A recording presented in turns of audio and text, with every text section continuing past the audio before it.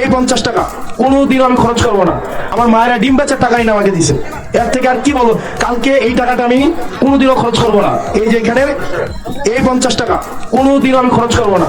গতকাল পশুটা, আপনারা পশু হসপিটালটা ছিলেন না দেবিদ্যান, ওই যে সান্দিনা রোডের মাথার মধ্যে, আমি পশু হসপিটাল থেকে আমি ওয়ার্ক করে আসতেছি, এক লোক মুরব্বী আমার দাঁড় করাইছে, উনি শাক বেচে, শাক এলাকা থেকে তুলে আনছে আর কি। দেখেন এই জায়গাটা তো ফাপ্পা বেছে, বড়ি বেছে, বয়াম বেছে, বেছে না এই জায়গাটা বইবা সবাই হচ্ছে একটু মানে ইয়া করে বেছে, কয়টা মুরগার চাউলে বইতে, আশের চাউলে বইতে, দেখছেন এরা কিন্তু বড় ব্যবসায়ী না।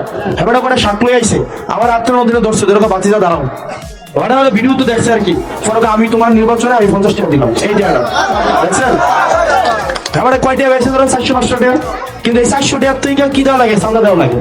আবার কত হয়েছে কি, চান্দা 365 দেওয়ার থেকে এবারে একদিন দিয়ে আমি নির্বাচনে জিতাই, যেন আমার 364 দিন আর চান্দা দেওয়া না লাগে।